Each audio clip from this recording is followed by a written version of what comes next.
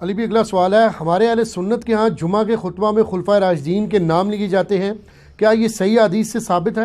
Please یہ بھی بتا دیں کہ ہمارے نبی صلی اللہ علیہ وسلم کے جمعہ کا خطبہ کیا ہوتا تھا اور اس میں کیا پڑھا جاتا تھا؟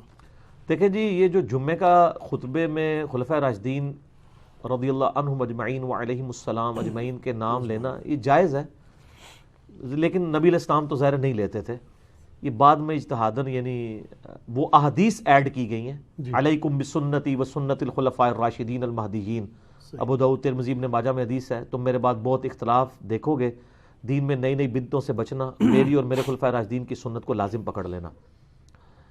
لیکن ظاہر ہے کہ یہ پھر اہل سنت کو پھکی تو ملتی ہے نا، جب وہ یہ شیعہ سے کہتے ہیں علی ولی اللہ کہاں سے لگا لیا تم نے کلمے میں، تو وہ کہتے ہیں نہیں جی، کلمہ تو لا الہ الا اللہ محمد رسول اللہ، یہ علی ولی اللہ تو ہماری نشانی ہے، ہم نے ایک سلوگن کے طور پہ اڈاپٹ کیا ہے۔ تو پھر وہ کہتے ہیں اچھا ہم نے یہ سلوگن کے طور پہ اڈاپٹ کیا تو تم نے بھی تو ذان کے ساتھ درود اڈاپٹ کیا ہوا ہے اور جمعے کے خطبے میں خلفائے راشدین کے نام لیتے ہو، یہ کہاں سے ثابت ہے؟ تو آپ کہتے ہیں یہ ہمارا نعرہ ہے۔ اب یہ نعرہ تحقیق حق چار یار یا خلافت راشدہ حق چار یار، یہ کوئی صحابہ نے تو نہیں نعرہ لگایا، ٹھیک ہے، یہ اجتہاد نہیں ہے نا۔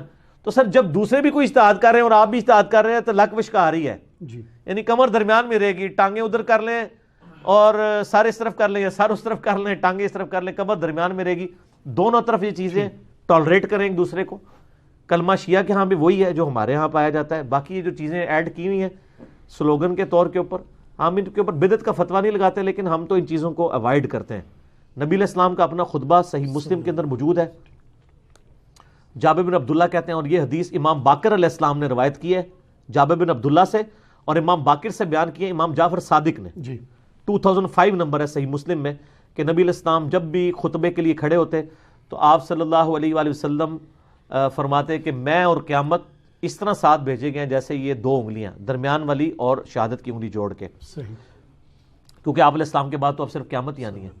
پھر آپ علیہ السلام یہ بھی پڑھتے اما بعد فإن خیر الحدیث کتاب اللہ، آگاہ ہو جاؤ اس کے بعد کہ سب سے بہترین کلام اللہ کی کتاب ہے، وہ خیر الہدی ہدی محمد صلی اللہ علیہ وآلہ وسلم، اور ہدایت یافتہ راستہ محمد صلی اللہ علیہ وآلہ وسلم کا ہے، وشر الامور محدثاتها، اور بدترین کام وہ ہیں جو دین میں نئے داخل کیے جائیں، وکل محدثۃ بدعہ وکل بدعۃ ضلالہ وکل ضلالۃ فی النار۔ سورہ النساء میں پوری ڈیٹیل ہے کہ تمام بدعتیں گمراہیاں ہیں، گمراہیاں تمام کی تمام دوزخ میں لے جانے والی ہیں۔ اور اس کے علاوہ بھی صحیح مسلم میں ہے نا، وہ نحمدہ ونستعینہ ونستغفرہ، ان الحمد للہ نحمدہ ونستعینہ ونستغفرہ ونعوذ باللہ من شرور انفسنا ومن سیئات اعمالنا من یہدہ اللہ فلا مضل لہ ومن یضلل فلا ہادی لہ واشہد ان لا الہ الا اللہ وحدہ لا شریک لہ واشہد ان محمدا عبدہ ورسولہ۔ بلکہ صحیح مسلم میں حدیث ہے جس خطبے میں شہادت نہ پڑھی جائے وہ ناقص ہے، شہادت کی والی، اشہد ان لا الہ الا اللہ وحدہ لا شریک لہ واشہد ان محمدا عبدہ ورسولہ۔ تو اس کے علاوہ آپ صلی اللہ علیہ وآلہ وسلم سورہ نساء کی پہلی آیت تلاوت کیا کرتے تھے، یا ایھا الناس اتقوا ربکم الذی خلقکم من نفس واحدہ۔ اس کے علاوہ اور آیات بھی آتی ہیں، سورۃ الاحزاب کی آیات بھی آتی ہیں، ترمذی میں وہ روایت کمزور ہے لیکن مسلم شریف میں ایک ہے سورۃ الحشر کی آیات بھی آپ کچھ تلاوت کیا کرتے تھے کہ اے ایمان والو اللہ کا تقوی اختیار کرو اور ہر جان دیکھے کہ اس نے مستقبل کے لیے قیامت کے دن کے لیے کیا بھیجا آگے، یہ والی آیت تلاوت کرتے تھے۔ اور سر اس سے بڑھ کر نبی علیہ السلام کی تقریر کیا ہوتی تھی وہ زیادہ امپورٹنٹ ہے نا، وہ صحیح مسلم میں موجود ہے کہ نبی علیہ السلام جمعے کے 2 خطبے ہوتے تھے اور دونوں کے درمیان تھوڑی دیر بیٹھتے تھے اور دونوں خطبے کھڑے ہو کے دیتے تھے اور اس میں لوگوں کو واعظ و نصیحت کرتے تھے اور قرآن سناتے تھے۔ اور مسلم شریف میں حدیث ہے کہ نبی علیہ السلام کے ہر جمعے کے خطبے میں سورہ قاف ہوتی تھی، سورت نمبر 50، سورۃ الکہف ہے نا، 15ویں سے شروع ہو کے 16ویں میں، یہ 26ویں پارے میں چھوٹی سی سورہ قاف جس پہ میرا مسئلہ نمبر 59 ہے، منکرین خدا کو دلائل کے ذریعے دعوت۔ تو وہ سورت آپ صلی اللہ علیہ وآلہ وسلم، اور یہ یقین کریں بڑی پرفیکٹ ہے فکر آخرت کے اعتبار سے، وہ سورت آپ پڑھتے تھے۔ پھر صحیح مسلم میں حدیث ہے کہ انسان کے فقیہ ہونے کی نشانی یہ ہے کہ اس کی نماز جمعے کی لمبی ہو اور خطبہ مختصر ہو، اور پھر اس کے آگے الفاظ ہیں کہ بعض خطبے تو جادو کا سا اثر رکھتے ہیں، سحر کا سا۔ یہاں کیا ہوتا ہے الٹ، نماز چھوٹی، صرف اہل حدیث ہیں جو صحیح نماز پڑھ رہے ہوتے ہیں، باقی تو مغرور لا رہے ہوتے ہیں۔ وہ چھوٹی کیوں پڑھاتے ہیں؟ تقریر اتنی لمبی کر چکے ہوتے ہیں کہ انہوں ڈر لگا ہوتا ہے کہ یار جلدی فارغ کریے۔ سر 1:30 بجے جمعے کا ٹائم ہے تو 1:30 بجے مولوی جو ہے نا وہ تھوڑا سا گرم ہونا شروع ہوتا ہے، اور جا کے 1:50 کے اوپر جا کے جماعت کھڑی کرتا ہے تو جماعت میں اس کو پھر ٹینشن پڑی ہوتی ہے، میں پہلے ہی 20 منٹ لیٹ ہوں، نماز کا رگڑا نکال دیتا ہے وہ.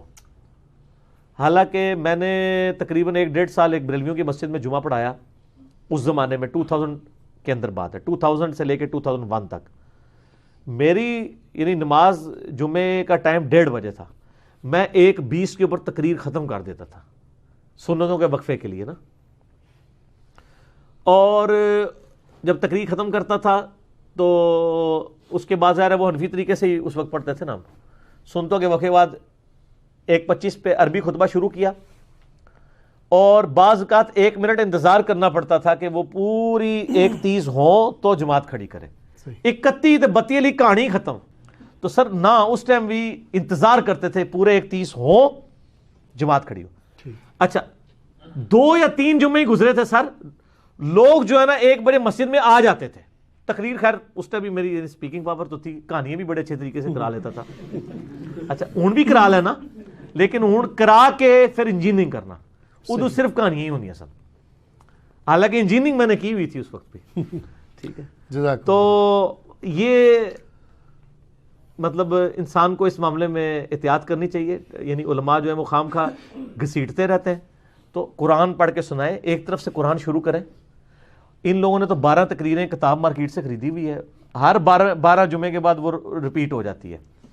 ٹھیک ہے، اس کی بجائے کیا کریں، قرآن ترجمے والا لے لیں اپنے فرقے کا. بریلوی ہیں تو احمد بریلوی صاحب کا لے لیں، دیوبندی ہیں تو اشرف تھانوی صاحب کا لے لیں، اہل حدیث ہیں جونا گھڑی صاحب کا لے لیں، اہل تشیع ہیں تو سید فرمان علی شاہ صاحب کا لے لیں.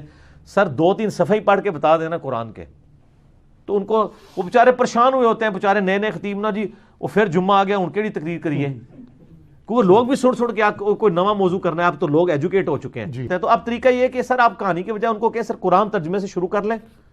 یار قرآن پاک اتنی موٹی کتاب ہے کہ یہ ان کو کئی سال چاہیے ختم کرنے کے لیے. آلموسٹ جو عام یہ نارمل قرآن ہے آپ یہ دیکھیں، یہ آلموسٹ 600 صفحوں کا ہے. تو اگر یہ ہر جمعے کے خطبے میں صرف 2 صفحے بھی پڑھیں، ٹھیک ہے، تو سال میں کتنے جمعے آئیں گے؟ 52. تو تب بھی 1/3 قرآن بھی نہیں ختم ہوگا. ٹھیک ہے، کتنا ہوگا؟ 100. 6 سال بعد سر خطبہ ریپیٹ ہوئے گا، دیکھ لو. کیونکہ 1 سال میں 100 صفحے پورے ہوئے تو 6 سال کے اندر 600 صفحے پورے ہوں گے. اور اگر اس کو صحیح طریقے سے بیان کیا جائے تو 1 صفحہ بھی نہیں سر مکمل ہوتا. آپ دیکھتے ہیں ہماری تفسیر ایک آیت کے اوپر میں نے بعض اوقات 6 گھنٹے کے لیکچرز ہیں. تو قرآن کو، اور نبی علیہ السلام کا خطبہ جمعہ قرآن تھا، اور وہاں یہ ایڈوانٹیج تھا کہ بیان کرنے والا بھی عربی تھا، سننے والے بھی عربی تھے، نہ ترجمے کی ضرورت تھی نہ تفسیر اس طرح کرنے کی، ڈائریکٹ بات کی دل کے اوپر اتر گئی. اب ہمیں ذرا ترجمہ بھی کر کے بیان کرنا پڑتا ہے. تو نبی علیہ السلام کے جمعے کا خطبہ تذکیر ہوتی تھی، نصیحت، اور نصیحت کس کے ذریعے؟ قرآن کے ذریعے.